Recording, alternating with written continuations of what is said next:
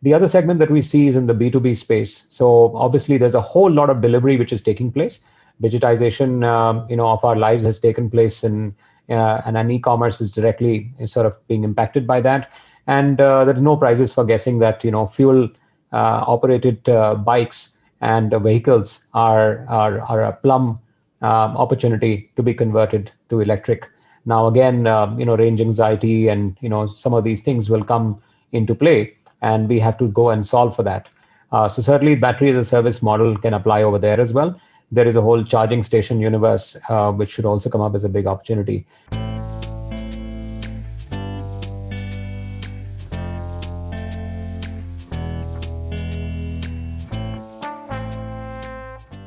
Welcome to the Blue Circle. It's such a big privilege and a pleasure to reconnect with everyone, our distinguished panelists who are handpicked because of the think input and the rich experience that they bring in.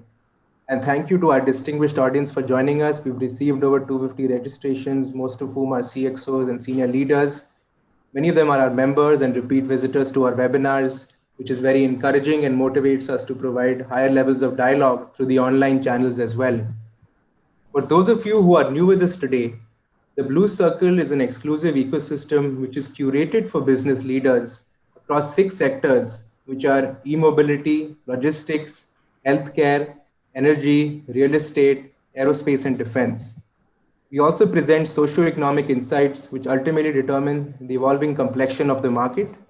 In response to the COVID challenge, the Blue Circle has also accentuated its digital presence. One of the many modes we employ is our weekly webinar series and our digital publication. And in addition to this, and you'll be happy to know that we're today inaugurating the first version of the Blue Circle app as well, somewhat like the sector-specific LinkedIn for leaders, wherein we will present them with the opportunity of connecting with people just like them, also house how high-quality curated content, have meaningful conversations like the ones we have and the one we'll have today, and also give leaders access to business opportunities across our core sectors. So those leaders who are interested, please do write to us. We've already begun our selective outreach and have close to 3,000 leaders who've signed up in the last couple of months.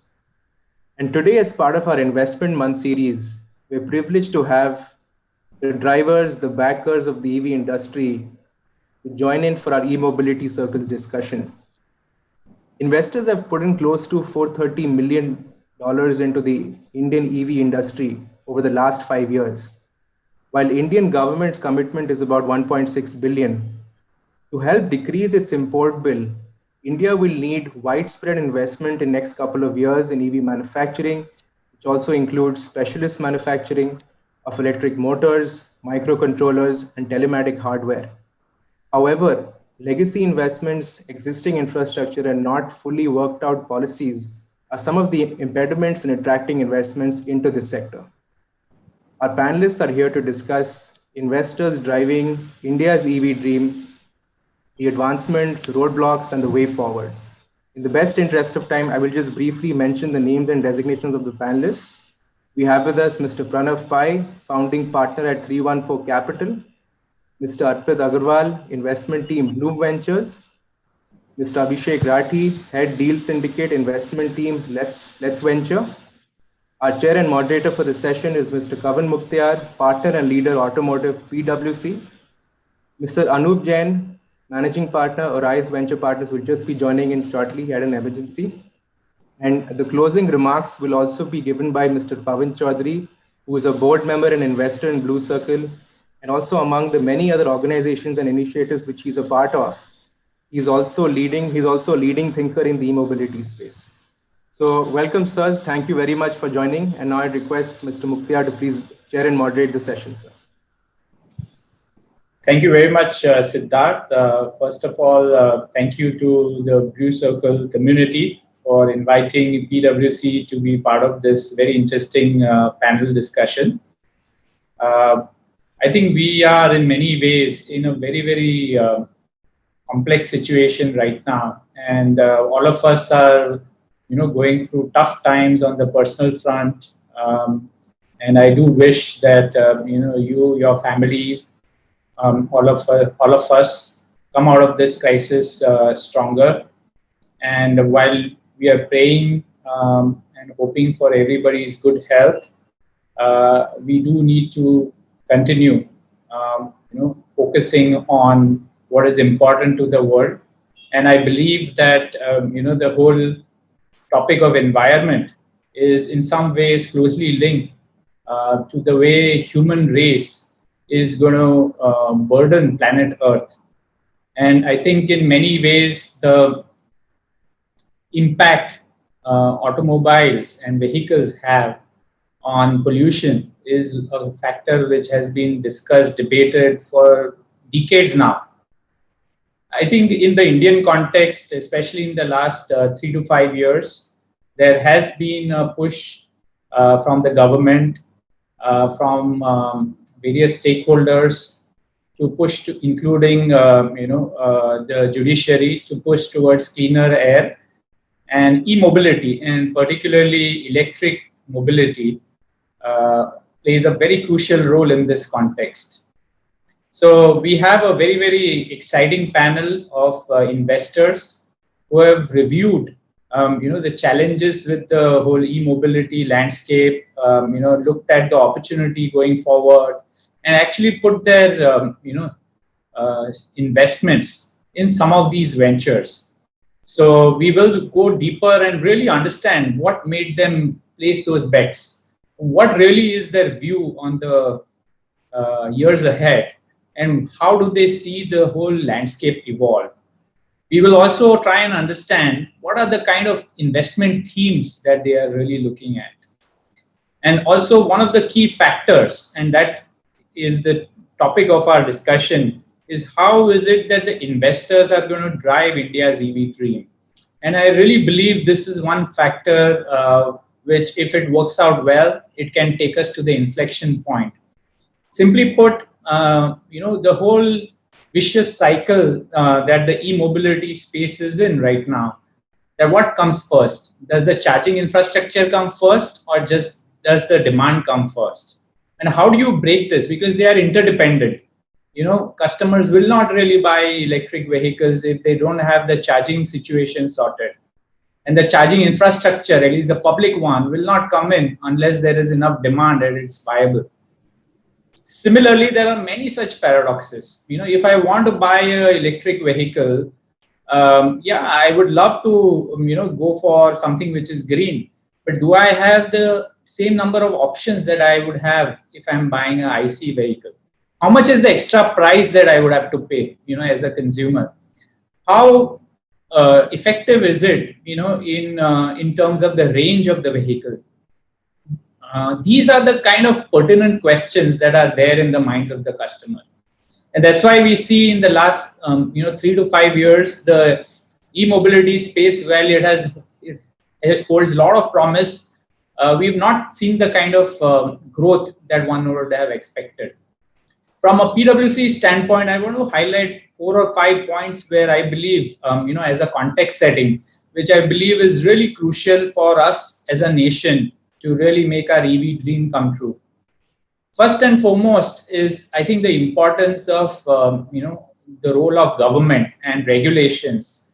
World over, whichever markets we've seen good adoption of electric vehicle and the development of the EV ecosystem, governments have played a very crucial role. And therefore, the regulatory push, investments, whether it is in the form of incentives, subsidies, or policy signals, preferential treatment for electric vehicles, I think the whole package of regulatory interventions is very crucial in ensuring the development of the electric mobility ecosystem.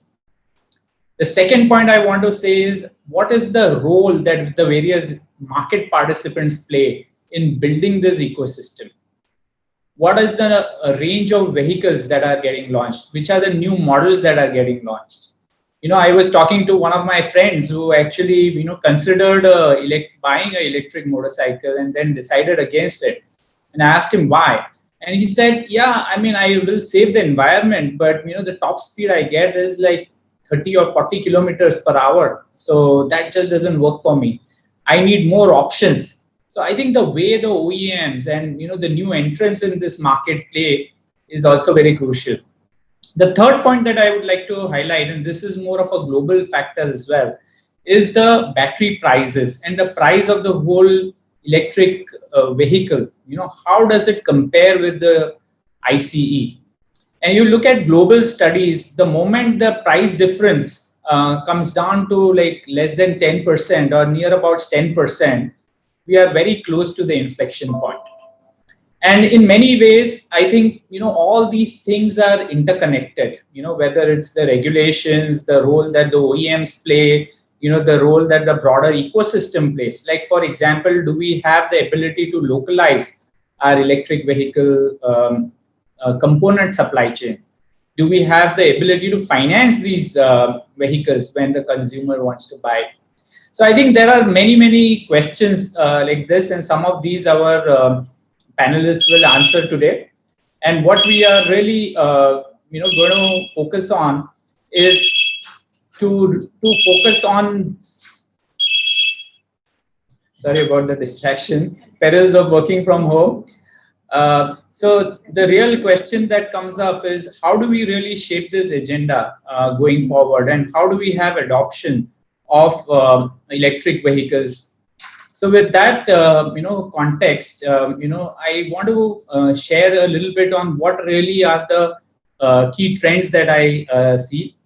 First and foremost, very clearly, in terms of electric vehicle adoption, we are going to see two-wheelers as well as three-wheelers being the early adopters. We are already seeing a good demand in this space. As far as passenger vehicles are concerned, we are seeing a greater adoption in fleets. The consumers are picking it up a little bit later. And of course, e-bus is another segment where we are seeing good traction. One of the key elements that I also want to talk about is to drive early adoption. We will need to have business model innovation, and only business model innovation will result in faster adoption of electric vehicle. So I think those were some of the thoughts that I wanted to share. And these are things that we've experienced as PwC when we work in the electric mobility ecosystem. These are the kind of challenges that we've seen. So with that background, I would like to now invite our panelists, starting with Mr. Jain. Clearly, you've been there, you've reviewed these, investment opportunities, you've invested in some of these companies as well. I'd like you to lay out what really is the opportunity landscape that you're looking at, and when you look at the various segments of the electric mobility ecosystem, where do you see the pot of gold, so to say? Anup, over to you. Thank you, Kavan, for that intro, and my apologies to everyone for joining up late. Kavan, there is we'll see where the pot of gold lies. Sometimes we're all proven wrong, so with a big bucket of salt, one should always, put these points forward. But when we did our analysis and we made a, investment in mobility, in electric mobility space, we kind of thought that, we should look at Next India. What is Next India using, which is, the middle class India. And what we saw was that there was this very hidden sort of a population of humble e-rickshaws, which are only sort of visible in central North India, and therefore Mumbaikars and Bangaloreans and Pranavs here, they don't really come and sort of occupy too much mind space over there. But certainly here we see that there is a very high usage by the lower economic classes, as well as school-going, college-going students, and also small-time businessmen of this kind of transport, which is purely electric. And while we were waiting for millions of vehicles to be purchased by Indian consumers, and sure they will, but there was already 2 million plus e-rickshaws available in the country, and which were transporting consumers every day, first mile and last mile. And both the supply and therefore the demand of this particular segment was artificially capped for want of a battery as a service model. And while the routes were all discovered, the prices were all discovered, so there was no aggregation possibility in that sense, unless it moved to a personal driven ride. But in the public shared mobility space, this was a fantastic space which was electrified, yet the demand and the supply was artificially capped. So the need was there for an asset-light model to come in, and that's why we invested in Battery Smart, as many would be aware. And the company's done a great job of making up this asset-light model where small stores become swap stations, and batteries which are charged are provided to the e-rickshaws whenever they run out of charge. So now they have no range anxiety. They can run on high traffic routes. They can pick up 3 consumers, 2 consumers, 1 consumer, whatever they get, and they can charge fair prices, and they can run back and replace that battery and basically be busy all day. When I went to the market with our team, I found that except the morning peak hours and the evening peak hours, the driver was actually sitting under a tree and waiting for the rickshaw to get charged, and which used to take 6 to 8 hours. So you could neither operate it in the night for some of the traffic which was arriving in some of these places like crowded bus terminals, and we have a 24/7 existence in metropolitan cities. So people commute all the time, and the similar case was in the middle of the day. So if housewives wanted to go to the market, collegiates wanted to use this platform, they were unable to do so. And because the earnings were capped, and therefore the supply was also capped. So now I think if this we certainly saw as a big segment. The other segment that we see is in the B2B space. So obviously there's a whole lot of delivery which is taking place. Digitization of our lives has taken place, and e-commerce is directly sort of being impacted by that. And there are no prizes for guessing that fuel operated bikes and vehicles are a plum opportunity to be converted to electric. Now again, range anxiety and some of these things will come into play, and we have to go and solve for that. So certainly, battery as a service model can apply over there as well. There is a whole charging station universe which should also come up as a big opportunity. I think I'll leave it to some of the other panelists to talk about opportunities in the vehicle space. Thanks, Anup. But just a quick follow-on question there. What kind of sort of thought process did you go through while kind of highlighting or shortlisting some of these opportunities? I think in some sense that also would be able to share with the audience what really is it that you are not excited about in some sense. Yeah. Well, we felt that particularly in the case of venture capital, taking deep bets in manufacturing, etc., would not make sense. That doesn't suit the model. That is more private equity, etc. So we certainly were not attracted to manufacturing some unique, two-wheeler platform and things like that. And I think it will remain more or less that way. So we were interested in asset-light, tech-driven models where you solve for asymmetry in demand-supply pricing.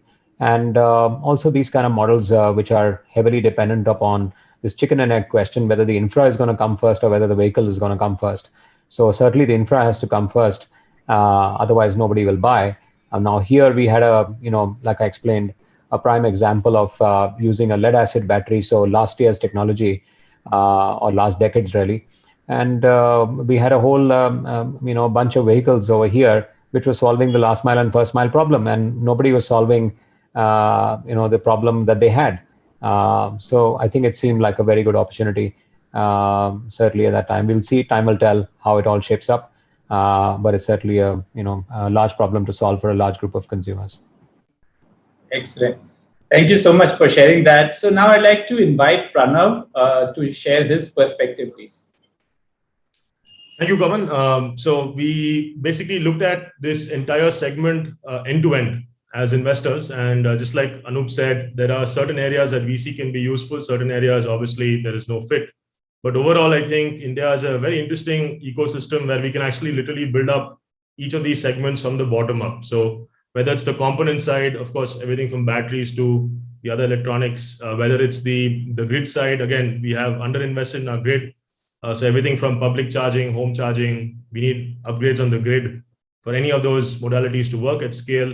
And of course, on the OEM side, a lot of things have to be invested into to change what kind of products fundamentally our customer segments in India have access to. And of course, in the customer segment, everything is open, whether it's retail, whether it's public buses, whether it's fleet owners, whether it's logistics, whether it's two-wheelers, three-wheelers. LCVs, buses, cars, every single thing can be built bottom up. So we looked at India as I would say, the exact opportunity that we've done many times before in this country, which is where leapfrogging many of the technologies that have become mainstream today. And if we do this right, we have, as you know, mobility and transport in general is amongst the top 3 job creators, investment areas, and of course, energy consumers in the world. We can fundamentally transform a large pillar of the national economy. Now, of course, having observed all of this, we also saw that there are some things that are controlling timing in ways beyond our control. So the downsides of, because you're doing everything from bottom up, and obviously a lot of top-down investment needed as well, we need changes in policy, we need more investment in research, we need to upgrade our academic institutions to be able to take IP to market in seamless ways. So a lot of the basic things that are not just EV specific, but also in drug discovery and semiconductor design and many other deep tech or IP areas that you will see challenges, there are still things that we need to build out. So if we put all this together, we saw from 314, we saw 3 opportunities that we could get to right away. And 2 opportunities, even though we'd love to try, we weren't able to build confidence in. I'll start with the 2 first. The 2 areas we certainly wanted to try, but we realized that we'll be behind in terms of IP. Is the one on the battery design itself. Unfortunately for us, the US and China are so far ahead because of decades of investment on R&D that it's hard for us to come up with revolutionary and differentiated IP at this time. We honestly think that's something the government and universities must be paying more attention to. Hopefully that changes. I know certainly in Bangalore, IISc is taking a leadership position there, but we think unfortunately that was an interesting area for us that we couldn't do too much work in. The second area we thought we could do, again, a lot of interesting IP generation is specifically with the Indian grid to have some interesting new distribution/charging IP that could again work given our frailties, given how we have a fossil fuel powered and we're now adding solar and so on. So there's some interesting things you could do there on the IP control signaling side. But again, our grids are owned by public companies. Unfortunately, it takes a long time for procurement to change its mind. So again, not something that would fit into a VC timeframe. The 3 areas that we certainly opened up fast, and thankfully, so far we made 2 investments in 2 of these categories, and both are working. One, we went after the retail non-capex model, so on-demand EV mobility. Coincidentally, Arpit's firm Blume and our firm 314 are also invested in the same company called Yulu. So that turned out to be an interesting investment. I think we timed it well. Government has certainly embraced EV mobility that's on demand, this model for its citizens in cities. We've launched in Bangalore, Mumbai, and Delhi, and so far usage is certainly above expectations. So we think that's been an interesting area where we don't expect users to invest, buy, think about charging. These are not their problems, just use. Right? And if we do this right, if we manufacture with the right partners, we have Bajaj as a strategic partner and investor now. There's a full stack Make in India story for on demand that I think has very interesting use cases in India's top 10 cities. The second interesting area for us are the fleet owners, the LCVs specifically. And we think there's a lot of very interesting technology we can build here. We can essentially, if you dive into this in more detail, you can build the operating system of the future petrol pumps, right? And I think that's a very interesting, again, a lot of different modalities we've touched on before that you can assemble and build for this segment. I think this segment, even like how Anup shared, are incentivized to adopt quickly, whether it's the large logistics companies, whether it's the last mile delivery companies, they're all interested in lowering costs, improving their economic impact, their environmental impact, and of course, make their drivers' lives more seamless. So I think overall here, certainly we have, I think, an interesting first adopter segment. And I'm sure we'll see many investments that cater to these guys. And the last thing, I think, the area that we saw opening up, and we have not yet, unfortunately, found an investment, is on actually designing systems or end-to-end vehicles themselves. So Ather is a great example. I think fantastic team. We've spent a lot of time with them, terrific set of investors. It's going to need much more capital to really get to scale. But I think Ather has inspired a dozen other companies to really aim for cutting-edge design, cutting-edge experiences. I think that's set a very high bar for what a retail product looks like towards the end. Certainly, I think companies like that are going to attract more VC and PE investment. I think that's a very valuable vertical to capture. And I'm very happy to say that Ather and a few others are already showing where the standard should lie.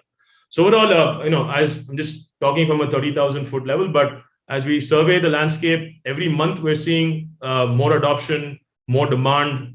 Procurement is changing their mind. Government is announcing new incentives. 2020 has certainly been an interesting year where many competing business models to EV that were floating around, and for example, two-wheeler, petrol-powered two-wheelers and so on demand, a lot of those models have realized that they need to adapt to shift. And there's been an even more interesting fillip to start adopting EV in different models. So I think overall the future is very clear. I think as a country, we need top-down to get our act together. And I think given the recent events, I'm certainly expecting a lot more policy to change. We expect that will bring investment. We think there's going to be a lot more focus on the infrastructure. And I think VCs and startups will play on that very interesting interface between infrastructure, policy, and actual adoption. That's where interesting value creation will come from. So for this audience, for founders, specifically for investors, of course, I think that interface is where a lot of the action is going to be captured. So that's a quick summary of how we're looking at the space and what we've done so far. Thanks, Pranav. That was really comprehensive and a good view of where you see the opportunities. Let me now invite Arpit. Arpit, you've of course, invested in Euler Motors, and to that extent, also touching on manufacturing, and probably not as asset light as what Pranav and Anup mentioned. So why don't you share your perspective with us, please? When we surveyed the market, what we figured, Kavan, there are two parts to how we can approach the broader ecosystem. Actually, three parts, three layers, and Pranav alluded to all of them, of course. One is where you can build systems which go into manufacturing. Second is that you can manufacture a vehicle and be a product-driven company. And third is where you can play a role in the broader ecosystem via charging, swapping, and so on. Our understanding, and we were somewhat early in the market to be able to say this, is that the biggest opportunity in absence of the infrastructure being available, which is the charging and swapping infrastructure, the biggest opportunity actually exists in making new vehicles, making a product that consumers or fleet owners love to use is a very important challenge, very important opportunity. However, because the ecosystem does not exist, unfortunately, both Yulu and Euler, even though they own the IP, had to resort to building the entire ecosystem themselves, so charging, moving, and actually acting more like a logistics provider and a service provider in case of Yulu and Euler, while they are at the core an OEM. So unfortunately, they had to bridge this gap to make it available to the customer, otherwise it wouldn't have happened. So this was our thesis. It has played out so far quite well. We are quite happy with the performance of both companies. They are very strong engineering at the back end. And one interesting thing which we stumbled upon largely, is that auto industry in India is a largely product-driven industry. If you have a very good product, like just for argument's sake, you may not think much of this, but Mahindra Bolero Max is an amazing platform. It is a very, very strong product in that segment. It's so much so that dominates, almost 70% sale happens in that segment of this one product. And I'm sure there's similar such products in the market like Honda Activa and so on. Therefore, a good product is very important. A good product requires technology, so one has to be a strong technology team. One has to also be able to make an ecosystem so that can then find a way to breathe and live. The other thing which we are now researching quite deeply on is, now that there is an existing setup, there is an existing demand for, let's say, personal owned vehicles, two-wheelers mostly personal owned, some fleet owned two-wheelers, and a very large segment, as Anup mentioned, of three-wheelers, which already exist. And they have a set of needs. Charging and swapping is one need. Financing is another need. You could also do advertisement on these vehicles. You could give payment methods so that they can charge their customers in a cashless way, and so on. Remains a very large need that needs to be serviced. So we are looking at a few companies in that segment where the company is not solving, where the startup is not solving for a cold start problem. Demand already exists, and you're only building a new configuration of a solution and giving them something on the platter. Which sometimes makes strong economic sense, sometimes not. But one thing that we have figured, Kavan, and I'm sure all of us on this call understand, that Indians are very commercial centric, strong, dhanda mindset kind of people. Everyone on from the street all the way to the boardrooms are very dhanda minded. So if you give them a strong commercial use case, they are sooner or later going to adopt it like it was the only thing that is wanted in their life. I have seen that happening in case of personal transport at Zulu, in case of commercial transport at Euler, and we are likely to see this in case of charging and swapping infrastructure as companies are developing, and likely to happen in case of financing players also. Because what matters is TCO, and at least in some segments, it's very positive. We are not very high, very upbeat on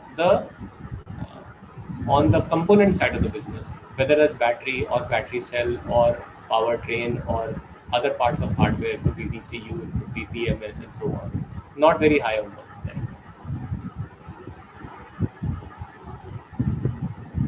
Okay, thanks, Arpit. Let me bring in Abhishek here, and of course, Abhishek is with LetsVenture, and you've gone ahead and invested in Blue Smart, and it's a again sounds like a similar investment thesis, but I think it'll be great. And you also do work a lot with corporate innovation cells, I believe. So what is your take on this, especially? I'd like you to go a little bit deeper maybe on the components and the manufacturing piece, because seems like that's something which really is not attracting as much attention, at least from a venture capitalist standpoint. Yeah, Kavan, very nicely put. First of all, thank you so much for coming to this event and listening to us. I think if you look at this EV space, it is an open canvas, and I kind of resound with the thoughts given by other panelists who are a part of the VC space. But I think you are right about the major component, or if I have to say the heart of the space, is the component suppliers, because we know that the two missing elements today is price parity and lack of infrastructure. And the one piece which kind of resolves both of them is presence of high performance vehicles, which is where component suppliers come into picture. And that's completely IP driven. Now, component suppliers, again, there are two major components here which you're talking about. One is powertrain and the other is battery.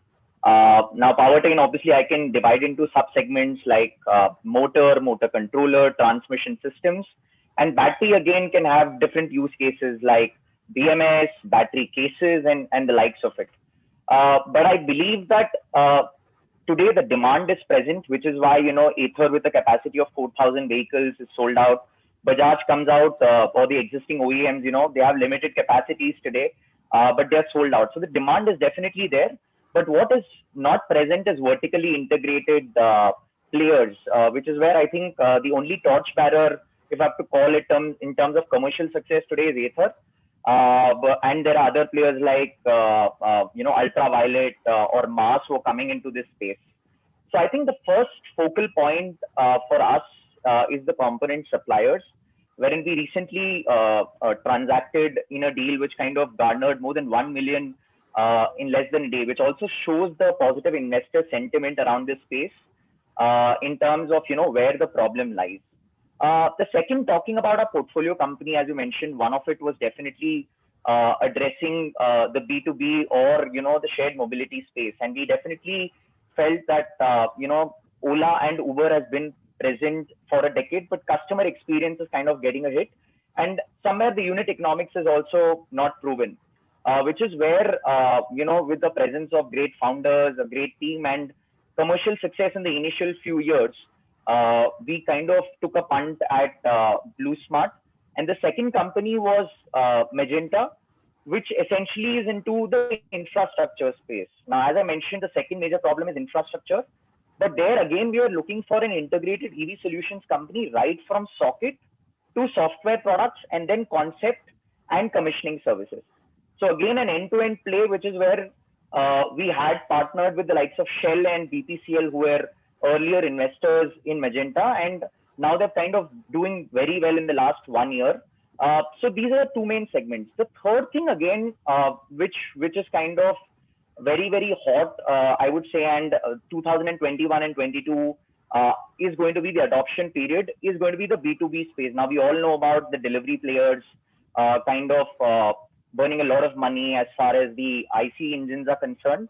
And today there is a need for an EV fleet. But again, there, the problem or the challenge is the lack of a vertically integrated player, building the powertrain, the battery end to end, the software, and then ultimately going towards the platform. Also, one thing which we need to realize is that if you look at the EV space, it's also the form factors matters, which is where the B2B kind of makes a lot of sense, because Indian conditions are very different from the US and the Chinese markets. And there is a different requirement in terms of customization and personalization. So the kind of vehicles which we will see in EV will be very different in terms of form factor, which is where, you know, the Ulus of the world, the Electorks of the world have come in. So I think that gives a lot of room as well in terms of the design and the other aspects, wherein the focus for the IC players would have been more on the engine, which here is completely different. So the value addition per se is one in terms of component suppliers, where the value lies, which is IP driven. The second is the infrastructure, and the third is the B2B use cases. So that's how we're looking at the entire play as far as EV is concerned.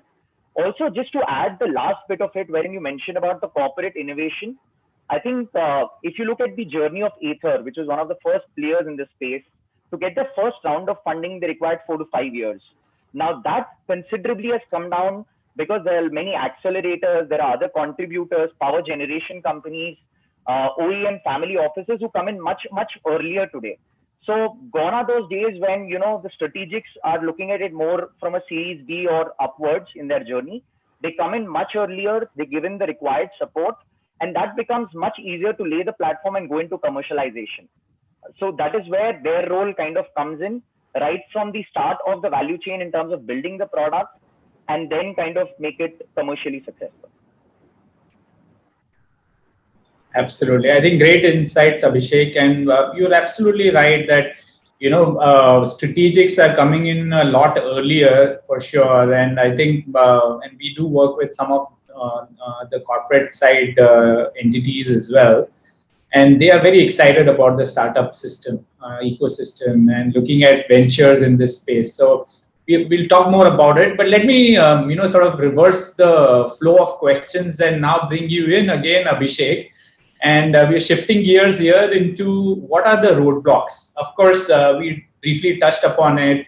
You know, I mentioned my opening remarks about, you know, what can the government do? You look at the China model, in some sense, it was the whole market was made by the government, right? And then, of course, you have the European model where, you know, through strike of regulations, you know, they are pushing, whether it's cafe norms or other regulations, they're pushing the OEMs to go for more innovation and launch and grow the electric mobility space. What do you think India needs to do? Of course, we've had our own, you know, exuberance as far as the policy push is concerned, and then, you know, of course, COVID has hit us, so things have gone a little bit slower. But what can, you know, we do from a regulatory standpoint, or any other roadblocks that you think are the top roadblocks that you would like to talk about? Got it.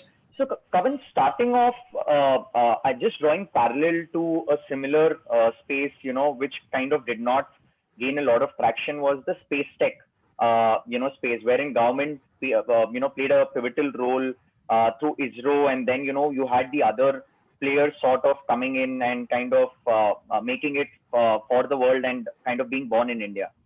I think the first, you know, roadblock, if I have to kind of look at it from the policymakers front, is to kind of have more sandboxes and testing environments, and, you know, more of support as far as the building to product to the commercialization phase is concerned. So I know a lot of framework has been built around the FAME 1, FAME 2, and also, you know, the automotive scheme in terms of allocating money, also in terms of building the infrastructure by tying up with different channel partners and that.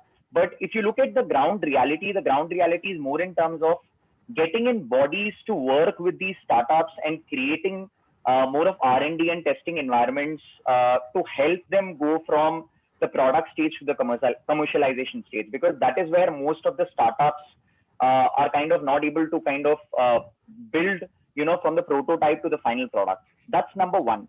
Number two, as far as the infrastructure is concerned, I think there's a lot of work which needs to happen. But having said that, I could see a lot of initiatives coming at the state level, and it's kind of moving towards a shared ecosystem play. When I mean shared ecosystem, it is, when I talk about the OEM infrastructure, right from the people who are making the vehicles to the component suppliers, right to the bottom of the value chain. I think today, if you look at the EV space, right from the power transmission companies to, the OEMs per se, everybody is kind of playing some role in building the infrastructure. The third point in terms of roadblocks is, again, the import dependency as far as cells and other components is concerned. Because if you look at the product per se or any technology per se, there hasn't been much of a revolution. And to make that revolutionary product and kind of look at it from an export angle, I think one sunrise, name which has kind of come today is Ola, which is, definitely looking at that aspect. And if it's for four-wheelers, then I would definitely say Tata is that particular name, which is not just looking in standpoint, but is also kind of, looking at more from an export angle. Because even if you look at space tech and just drawing parallels there, most of the space satellite companies and the others, they have started building it for the world, because price is something, which could be focused on, wherein technology is obviously coming with it. And that's a thing which I feel that there could be more high range performance vehicles in the two-wheeler space, especially because we are the largest in the world in that particular, and that's a low hanging fruit as well. And as far as the other segments is concerned, I still feel that we still have time to kind of look at adoption, especially from the three-wheeler or the four-wheeler passenger end. From a B2B space, again, I believe that there needs to be a lot of partnerships and a lot of players who need to show trust in these startups who are kind of trying to attempt and looking at building everything from end to end. So essentially, if I have to talk from a policy or a government standpoint, these are still very early days. But what I really feel is the support which is required from the product to the commercialization. And that is something which will kind of lay the foundation if we have to go to the commercialization and the penetration stage from all aspects in the next 3 to 5 years. Yeah, thanks, Abhishek. Over to you, Arpit. Especially if you can comment on availability of finance. I've heard, in the e-mobility space, not everybody is willing to fund some of these ventures as well as the purchases, right? So, yeah, over to you, Arpit. So, Kavan, I'm sure you are fully aware of the situation. I'll just try to put it in my words. I see that there are three chicken and egg problems and massive chicken and egg problem which are troubling our ecosystem. One, as everyone has already identified, is whether the infrastructure comes first or the vehicle comes first. So charging versus vehicle ownership is a very important part. Second is component makers will not invest until demand exists. So a battery maker will not set up a battery cell manufacturing plant, which is a very high amount of investment, until they are assured of when the demand will come. This is an important piece, and until that happens, government's objective of making into indigenization and homologation is not going to be met. And the third very interesting piece, which you rightly identified, and I'll go deeper into, is financing being available to the vehicle manufacturer, vehicle owners, in a way that it becomes very simple and easy as compared to what is happening currently in the IC engine environment. Like, for example, the auto and commercial finance is a very large business for every single bank in India. And large NBFCs like Shriram Auto Finance have been created just on this asset class. We haven't seen any of that happening in EV space as yet. Even the existing banks and their teams, they call them wheels teams, are struggling because there is no secondary market that is available. So for a banker to underwrite an asset they are very curious, and they are unable to determine what will be the end state value and the secondary market value of an electric vehicle. Suppose I go and buy a Tata Nexon for 15 lakh rupees. What will it be worth after 2 years or 3 years or 5 years? If they don't know, they will not be able to create a product around this, which I think is a very important piece. And I'm hoping there is no other way, but I'm hoping that with certain government policies, or maybe if they are insisting giving priority sector lending to this sector, it might just start, because people will be forced to look at this sector and try to create a product.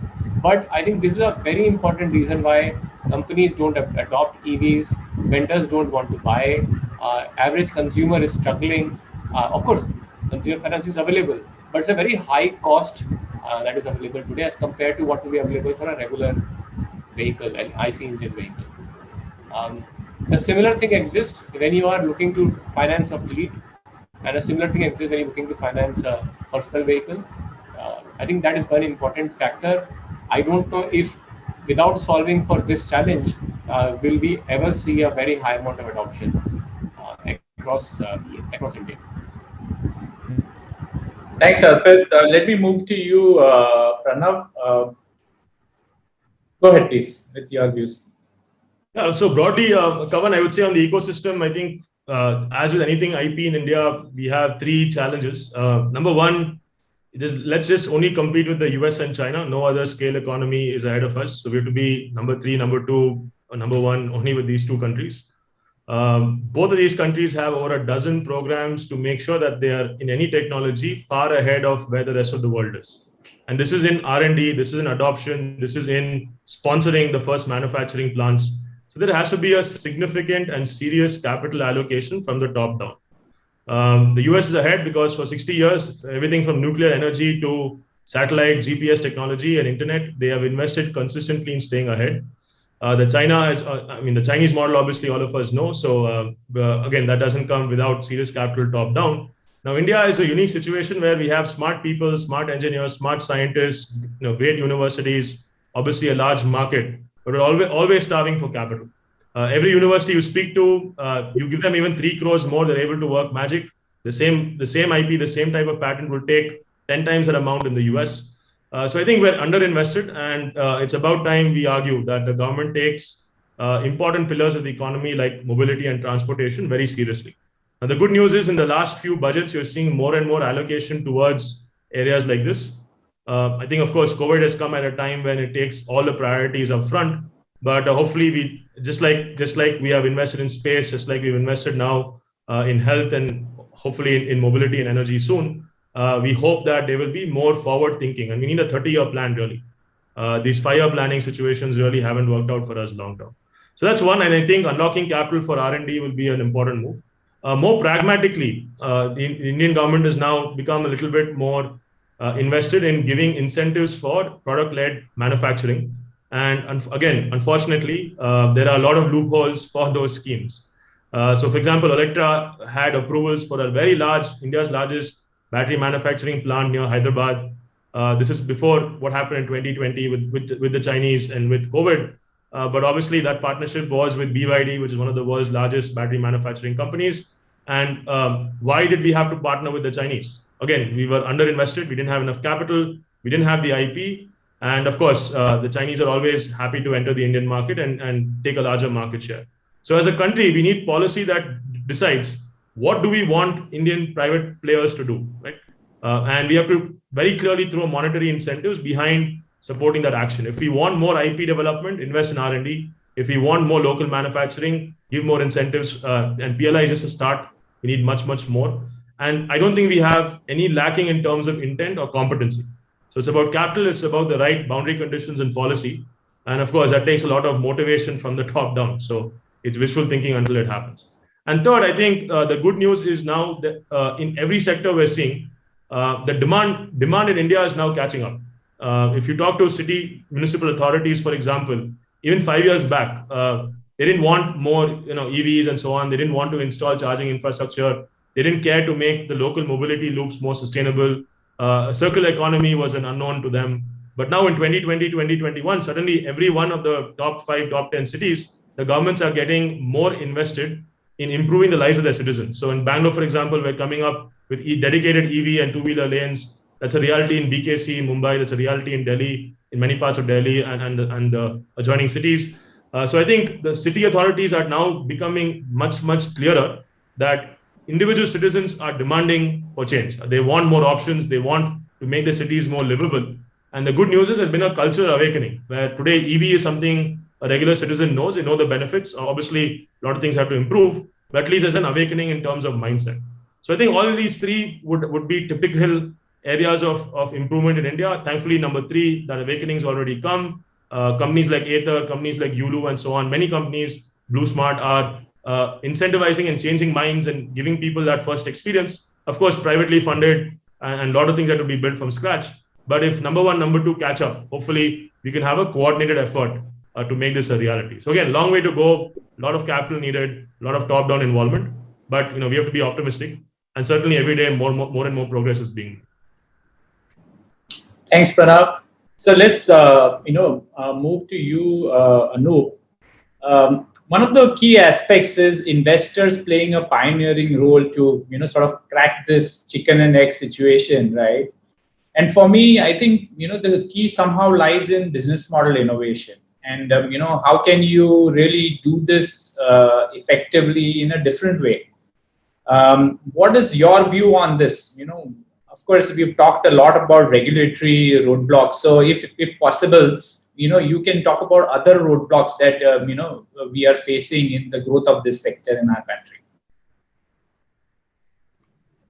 So look, I think there'll be many challenges in any new industry which requires a lot of investment.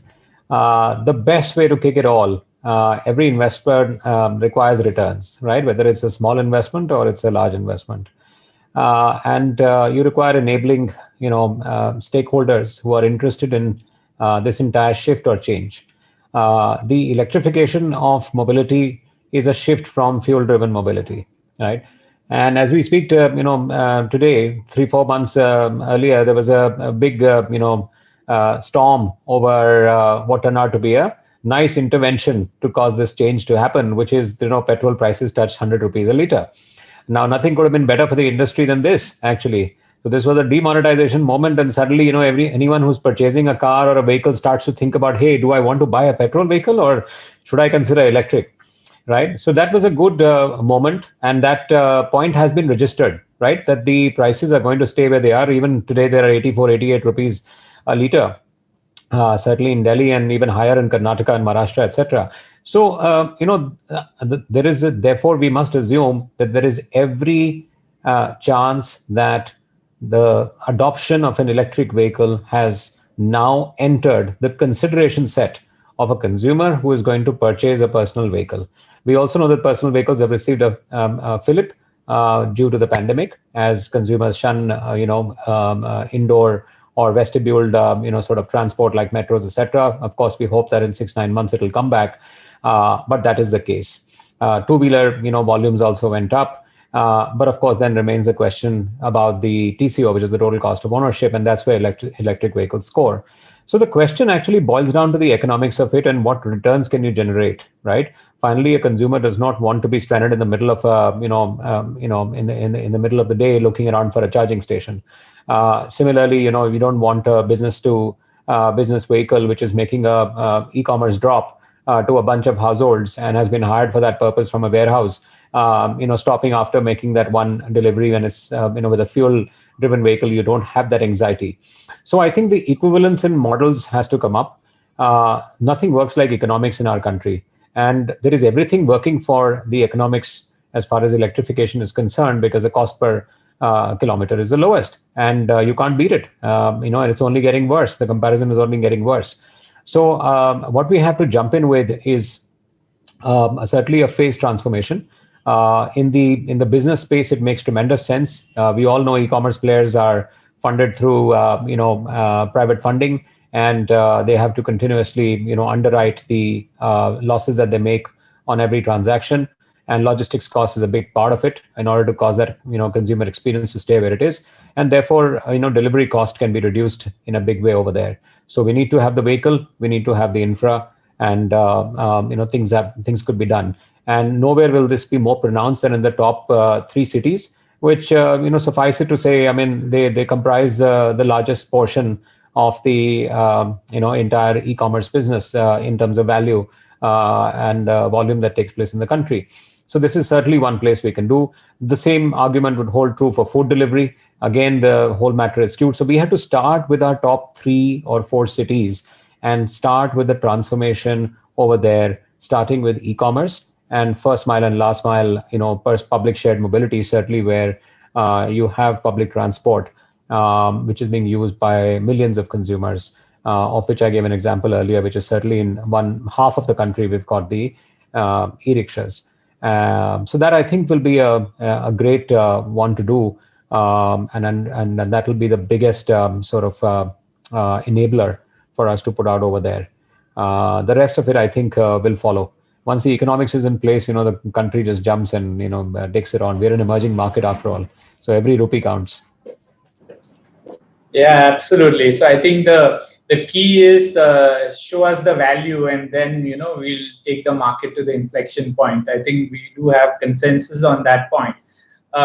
Moving forward into the way forward, and I'm conscious there are several questions, so I want to have enough time for Q&A as well. But rather than going one by one, maybe I just want to throw open this question to all the panelists, whoever wants to take it.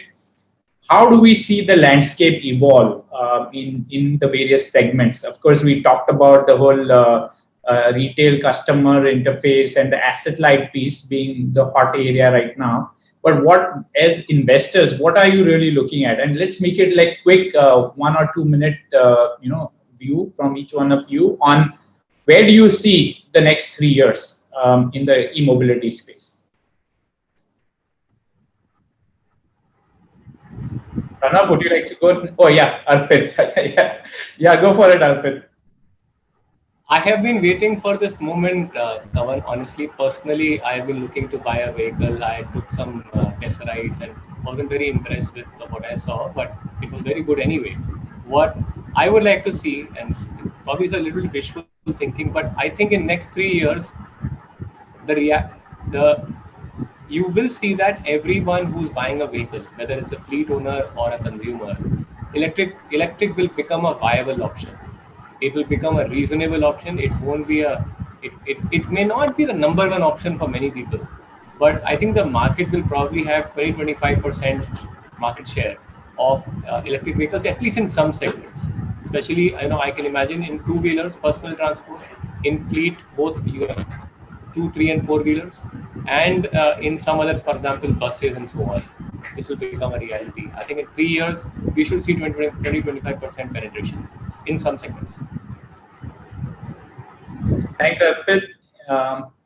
Any of the other panelists who would like to go? Kavan, I can go. So broadly, Kavan, I think the next 3 years globally, China will establish itself as the EV leader. There's no doubt. There's no dispute. Even the US is politically a little bit splintered right now. So many differing priorities. China is very clearly going to take over the largest install base of EVs, two-wheeler, four-wheeler, whatever format, buses. And I think scarily for us, and unfortunately for us, command a large part of the supply chain as well. Their reserves of lithium, manganese, cobalt, nickel, titanium, the reserves they built up, no country has, not even the US. So they've used the last 24 months in ways I don't think we were ready to predict and preempt. So unfortunately for us, we are losing time. And globally, the advantage we have is our OEMs are amongst the leaders in mobility today. World's largest two-wheeler manufacturer, Indian. World's largest three-wheeler manufacturer, Indian. Top 3 four-wheeler market, India. There is no doubt that this market can support large-scale investment and innovation. We need a awakening up of policy. We need a lot of private companies to try. Good news is investors are stepping up. So whether government wakes up or not, the opportunity is clear, and you'll see a dozen and more VCs getting involved in this industry. I'm expecting more at least. And certainly, while bottom up, we will keep trying. Our hope is in the next 3 years, we get our act together and the top down also starts working. So globally, from global to national to local, within the next 3 years are going to define where the EV market goes over the next 2 to 3 decades. Absolutely. I vouched for that. Definitely, there is a lot more investor interest, and we will see lots of VC as well as PE deals in this space, including strategic investments as well. So, if I may, there are several questions that are lining up, and I would really like to make this interactive. So, I'll request the panelists to then weave in their views on the way forward as they answer their questions as well. So let me pick the first question here, and I'm not sure if we will be able to cover all of them. But this is by Anand Mohan, Executive Director at Polarity Smart Bikes, and his question is: has anyone found a startup over the past 2 to 3 years that you think can be a mainstream player in the near future, whether it's a two-wheeler, three-wheeler, or four-wheeler? I guess what Anand means is, do you see the next, key OEM, or do you see the incumbents, continuing to, sort of dominate? Yeah. Is not directed to anyone specific, so I request for volunteers who would like to answer this question. Kavan, we are investors in Euler Motors. Right. We believe that the kind of product that Euler has managed to create in three-wheelers, and Yulu is probably not going to be selling in the market, so it doesn't count here. That is definitely all set to become a leader. It will become a mainstream player. I don't know whether they'll become leader in short period of time, but that is definitely going to happen because the product is very good. It's finding adoption. Of course, it's only a prediction and nothing can be said for sure. But that is what we are thinking will happen. There must be few other players at least. I can imagine Ather or Ather and others might also become very large. Ola Electric may become large. Can't be sure about that. Thanks, Arpit. So let's move to the next question. It's by Rishi Chawla of ARC, and the question actually is for Pranav. Can you speak a little bit more about the technology gap between India and US, China in terms of lithium-ion cell packing and manufacturing and R&D, specifically on lithium-ion cell packing? Yeah, of course. So the typical battery pack has the cells, the BMS, the management system, as well as what you'd call bulk, the thermals and so on. In each one of these three subcomponents of an entire battery pack, you have decades of innovation, decades of IP, decades of simulation, decades of material science. This is as high-grade research as you have to do for space. Let's put it very simply. And space and EV have a very symbiotic relationship. So when we were doing our masters, a bunch of engineers that work with me in 314, we are required to do literature surveys, meaning read papers and who are the authors, which universities, which countries. India is woefully behind. Indians are not woefully behind. Some of the best, smartest minds in these spaces are working in Europe and the US, are Indian origin Indians. But India is woefully behind. And that reflects, it's not just EV, it's space, it's everything else. Now, the good thing is, with the kind of brain power we have, with the right kind of capital, the right kind of boundaries, it's not difficult for us to build on top of this and file IP for where the market is going, right? But unfortunately, like I mentioned before with the BYD example, if we need large-scale solutions for today, for mainstream, a bunch of our IP is going to have to be leased. We're going to need manufacturing expertise from outside. We can do fantastic design and scale up manufacturing ourselves. Like I mentioned, Bajaj, Hero, a dozen companies in India can do large-scale manufacturing quickly. Companies like Havers can get into component manufacturing very easily given their expertise, but the IP doesn't reside with us. And that is a disappointment. So I think as a country, we need prioritization from the top. It is not going to work bottom down. These are solutions we need to have top down. And there needs to be more lobbying to get government to listen to us and say, these are problems we want fixed. Hear us, put our tax dollars to work here. This is important for our future generations. So how to fix it? There's no way to fix it except put money and get the research going. But for the short term, play nice. We are now a Quad member. We're in balancing act in Asia. So hopefully we use our soft power to get some IP, hopefully beneficial IP deals going in important areas like this. We're doing this in space. We're doing this for the armed forces, for large weapon procurement and so on. So we're not strangers to this. So that continues. But hopefully 30 years from now, we've decided we don't want to be reliant on these streams anymore. So we have to play both games in parallel. Sure. So I think the next question would be relevant for Anup, and question is from Mr. Nitin Singh. What is the experience of the industry with battery swapping, and does it have the potential to dominate two-wheeler and three-wheeler EV market? And Anup, I think, if you can share a little bit about the economics of it, of course, whatever you could, but how does one make money with this whole thing? And the whole question about, will my batteries actually be, will I be able to track them and, secure them? Anup, over to you, please. Lots of questions built into those questions. Try and answer it without it sounding like it's a separate webinar. So, I mean, we've seen the examples from China. Whenever you have large use cases of public shared mobility and two-wheelers being used for business applications, and if they happen to be shared as well, then there is no other solution possible which is as effective and as value creating as a battery swapping model. The reason is very simple. The asset, which is the vehicle, that has to be on the road 24/7. Otherwise, the value of that asset cannot create that supply in the market to cause large scale disruption, shift to electric mobility, and of course the entire economics for the person who owns the vehicle, right?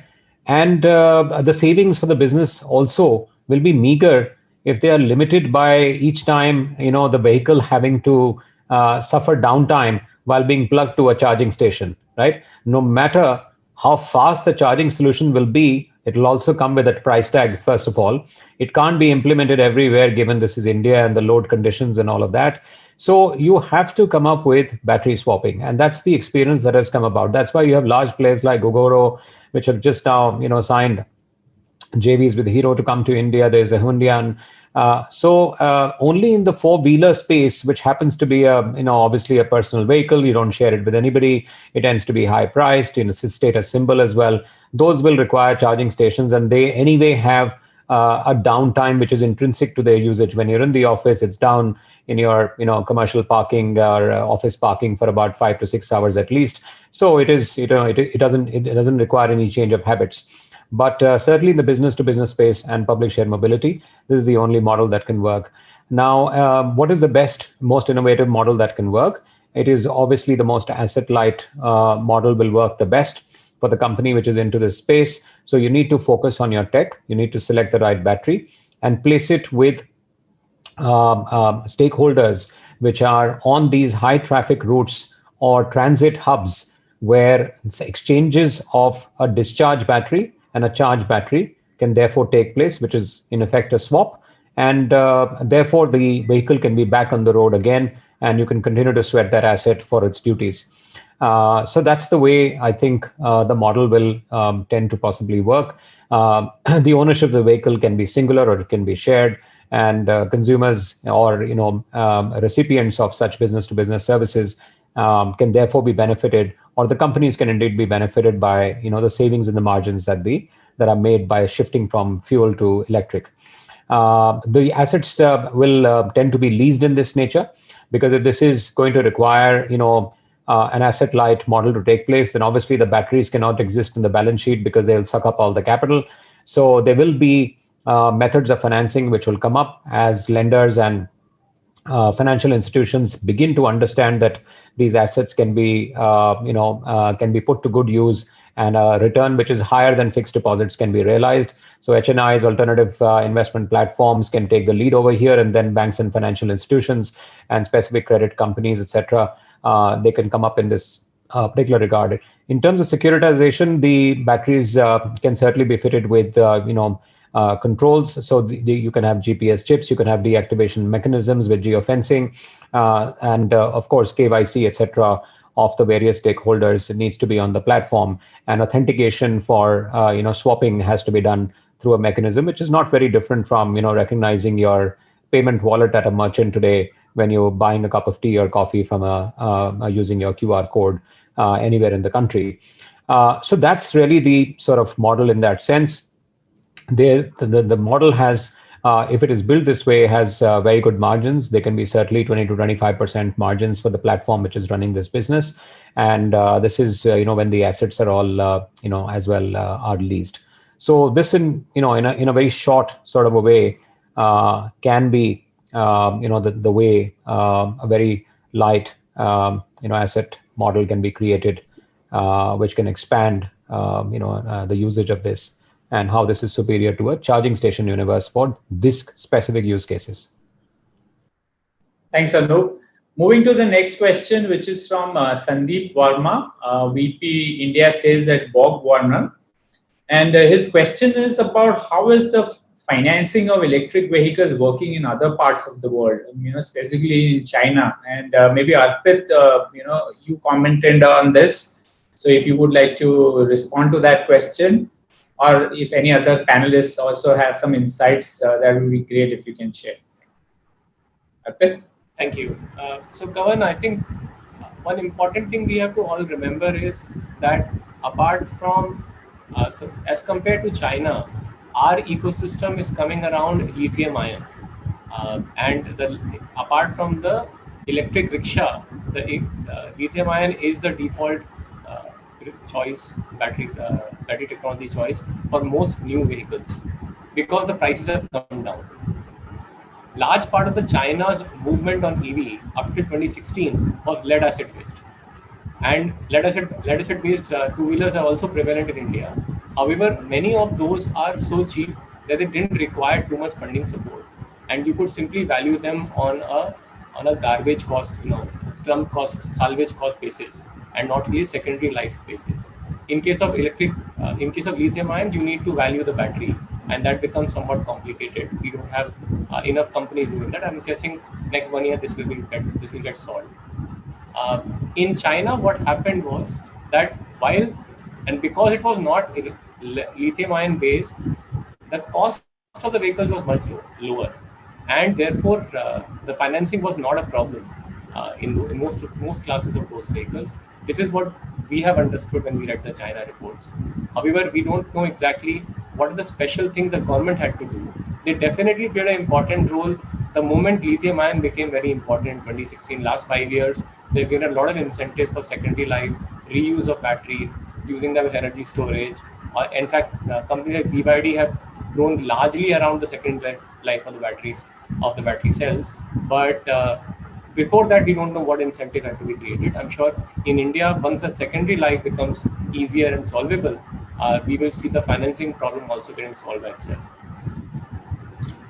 Thanks, Arpit. Let's move to the next question. Very interesting one from Suresh Jayanti. He's president at eVahan.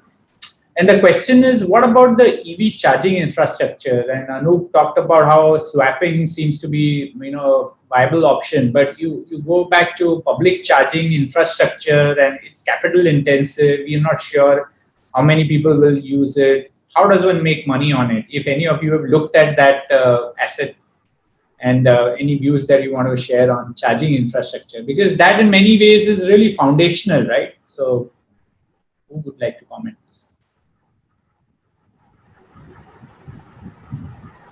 Abhishek, would you like to take a stab at that question? So essentially, Suresh, talking about the business model in terms of charging infrastructure, there are two parts to it. One is the whole commissioning and the installation of the hardware, and the second is the servicing angle of it. At least till what I have discovered in terms of the business model as far as revenue from charging infrastructure is concerned, there is a cut or a fee in terms of per hour basis in terms of whatever is the charging. Now there are different units and different parallels which could be drawn across the spectrum. But essentially today it's a space which is not well defined as far as policymakers is concerned in terms of charging infrastructure for the revenue part of it. And the only way, at least I am seeing it, is you basically charge fee in terms of setting up the entire hardware bit of it to the players who are owning the real estate. And the second is the fee from the consumer as far as the charging is concerned, which is again split between the person who owns the real estate or the company which owns the real estate, and the provider in terms of servicing. Thanks, Abhishek. So let me move on to another very interesting question that was posted before the event, actually, and it's on the role that investors can play in innovation and scaling up, especially in the e-mobility space. And we kind of covered this. This question is from Vishal Baraya, but how important do you think is the role of the investors? Given that was mentioned earlier that we are capital starved in some ways. How important is the role of investors? Would any of you like to respond to that? Yes, go for it, please, Abhishek. Yeah, so Kavan, I think it's very, very important because somebody has to play the lead role, correct? Now, either in this place, it could be the incumbents, or it could be, the investors who are investing in this space, or it could be the government. But I feel that if you look at any of the other segments which have kind of picked up in the country, and again, space tech or deep tech is some of them. If you look at deep tech a decade ago, now everybody knew about AI going mainstream and kind of having applications in a lot of segments. But I had to, the traction picked up only in the last 4-5 years, and today we also have sector deep tech country, and made quite ambitious bets. Now, I think from an investors per se, today, if you look at the scenario 4 years ago, as far as EV is concerned, a lot has happened from the investment circle, especially as far as EV is concerned. Today amongst the panelists, we each of them have at least 1 or 2 portfolios as far as EV or renewable energy is concerned. But there is still a lot of dearth of funding as far as growth or late stage is concerned. Because even if you look at the growth or late stage, it's still the incumbents who are kind of looking more from a strategic or an acquisition sort of an angle. But apart from Tiger or 1 or 2 global names, we haven't yet seen a lot of players kind of filling that gap. Even if you look at Ola, it was more from the shared mobility perspective, and now they've kind of gone on to the EV per se. So that is some gap which needs to be filled in. But on the other hand, I also see that the investor segment is very, very positive about EV, and they definitely look at it picking up in the next 2 to 3 years as far as adoption is concerned. So I definitely see that gap which exists today will definitely be filled by having more foreign inflow initially in terms of the growth of the late stage funds coming in to this space, and then followed by the Indian or sector-based funds following suit. Sure, certainly. So we have so many questions coming up. Clearly, this is a very, very interesting topic. Unfortunately, we won't be able to respond to every question, but maybe later we can try and answer them offline. So maybe I'll take one last question, and then I would like to then hand it over to Mr. Pawan Chaudhary. And the question really is on the EV batteries. The question is from Ravi Teltia, CFO NRB Bearings. And what are the challenges around the EV batteries, and maybe also the different technologies? Of course, lithium ion is really leading the pack, but then we have companies trying some other technologies as well. Any views any of the panelists would like to share on EV batteries, please? Yeah, I can take this, Kavan. So in lithium ion itself, lithium ion is now mainstream. I think we have around $30 billion invested in everything from the sourcing of the rare earths to the actual manufacturing and distribution of the battery packs. So I don't think unless we have a revolutionary new chemistry, I don't think there's anything that will disrupt that as the number one chemistry for the world today. And of course, inside lithium ion, you have many variants. You have nickel, cobalt, aluminum, you have nickel, cobalt, manganese, magnesium, you have lithium, titanium oxide. Different companies, different cabals of OEMs have adopted different chemistries because they can negotiate in bulk and so on. And also they assign a couple of important manufacturers for those assemblies. So India, unfortunately, has not picked a standard. We don't have an allegiance on battery chemistry. We don't have an allegiance on BMS. We don't have an allegiance on thermals. We don't have an allegiance on the charging plug also. So whether it's 2-pole, 3-pole, whether it's 400 kilowatts, whether it's 250 kilowatts. I think there are a lot of standards that we need industry to come together. And of course, if government takes a leadership position and starts consulting, even better.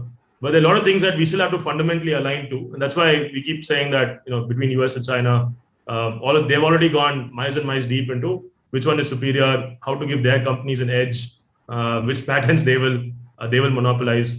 So there's a long way to go. In terms of revolutionary chemistries, I would say metal, air, and solid state are some of the more interesting things that are past experimental, past design and testing, and now coming closer to scale deployment.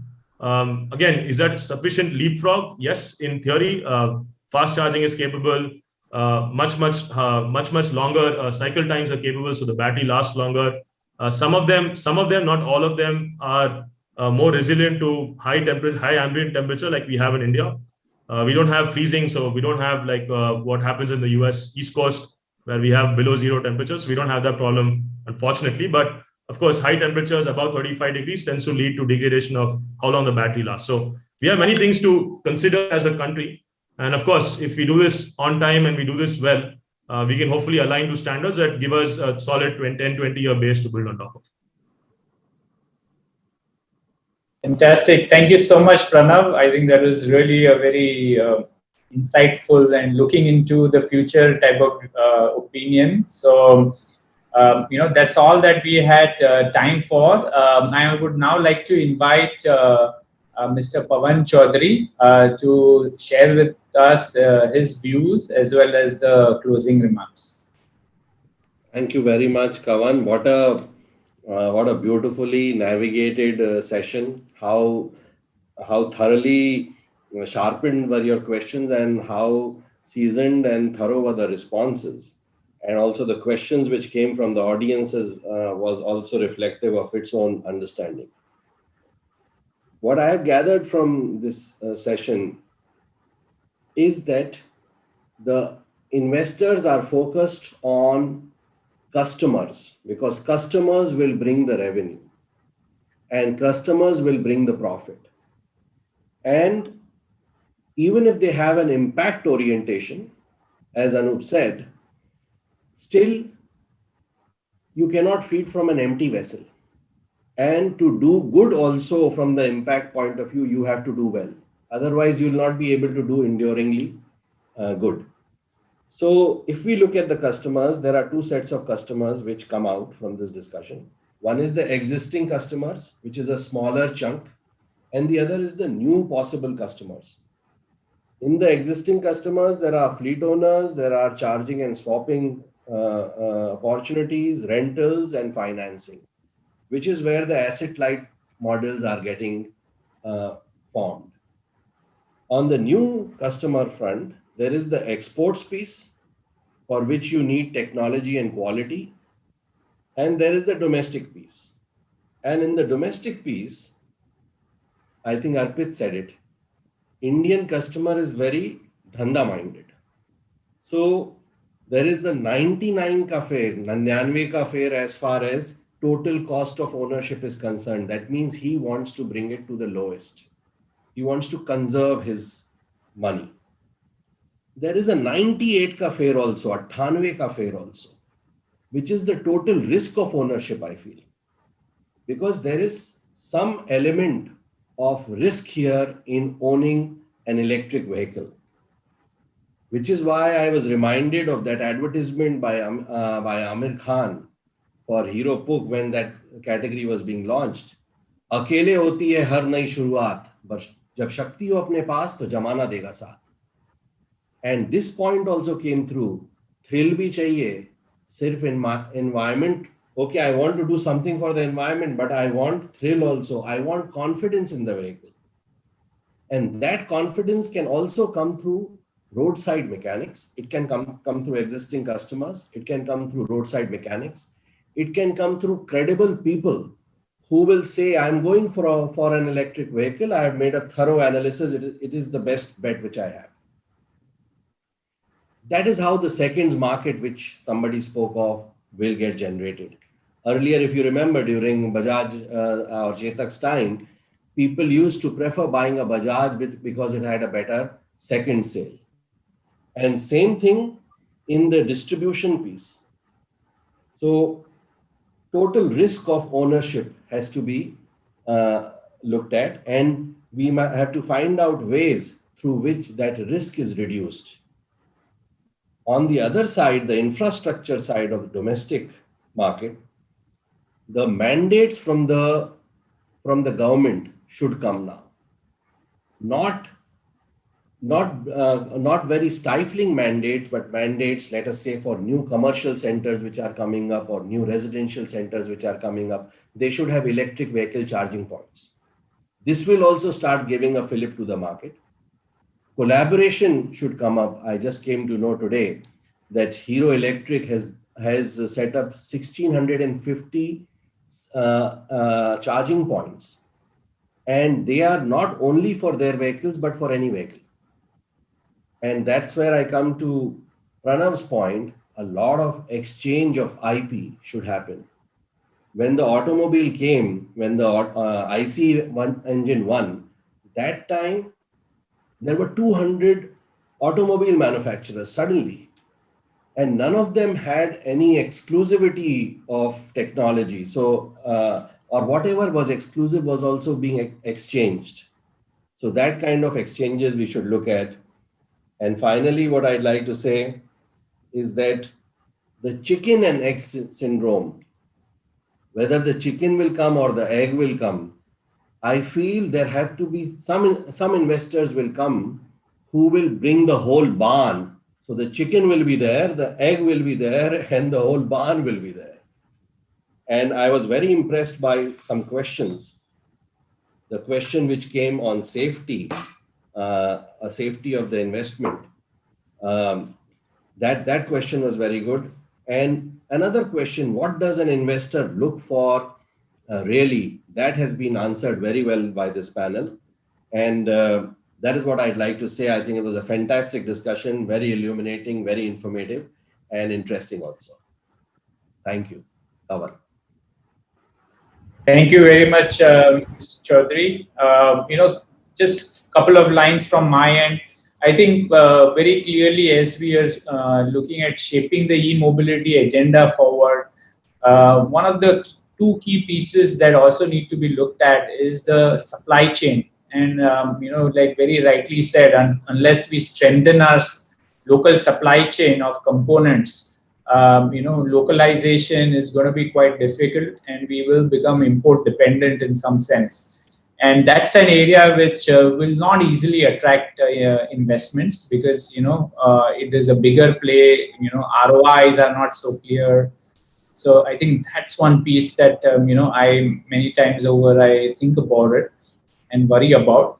And the second area clearly is the charging infrastructure, and someone really needs to make the market in that sense. So I think those are two key points that I wanted to leave with the audience as well.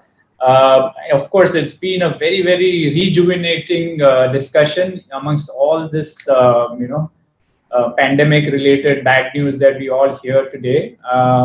There is reason for us to be optimistic.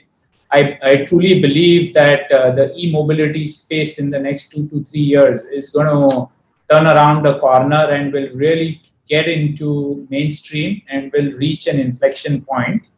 So thank you very much, Anup Jain from Orios Venture, Pranav from 314, Arpit Agarwal, Blume Ventures, Abhishek Rathi, LetsVenture, and of course, Mr. Kavan Chaudhary. Thank you very much for giving me the opportunity to moderate this session. Thank you so much. So, thank you, everybody. Thank you, everyone. Thank you so much. thank you. Thank you. Bye. Thank you.